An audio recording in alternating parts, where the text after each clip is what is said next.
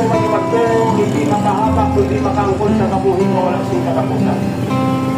So mga hinigugma, ang plano sang Diyos sa iyang mga katawhan, mga makadagat, mga hinigugma sa pag-illusion, pagtuho, pagmabato ng kaluwasan nga iya ginimuno. Ay wala na sa iban, mga hinigugma nga pamaagi, mga good ang atong galang maluwas. So wala kita sa ikasarang, atong maluwas ang atong kaugalingon.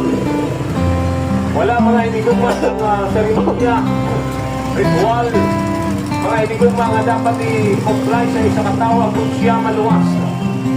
Kundi ang pamaagi sang Diyos paagi kay Kristo. Ang kasulatan na gambang sa Ephesians chapter 2 verse 8, for by grace you have been saved through faith. Mga hinigugma, ini siya handog dulot sang Diyos. So wala kita mga hinigugma sang paghahimuon. Ang ginahimo sang Diyos. Ang pamaagi agud nga kita maluwas. Ang atong diri nga bahin amo ang magtuo.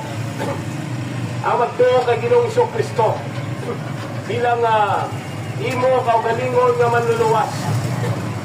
Kaya ambal mga hinigugma sang binuatan chapter 4 verse 12, ang kaluwasan maagom siya lamang ay wala na sang ngalan mga hinigugma.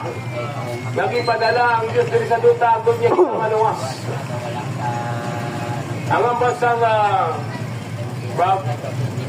John chapter 30 verse 31, mga hinigugma, gisulat ini agad nga magtuo kamo nga siya amo ang Kristo ang anak sang Dios.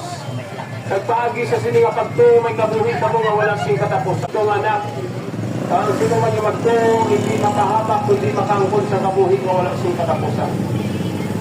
So mga hinigugma, ang plano sang Dios sa iyang mga katawhan, nga makadagat mga hinigugma sa pag-illusion, pagtuho, pagmabato ng kaluwasan nga iya ginimuno.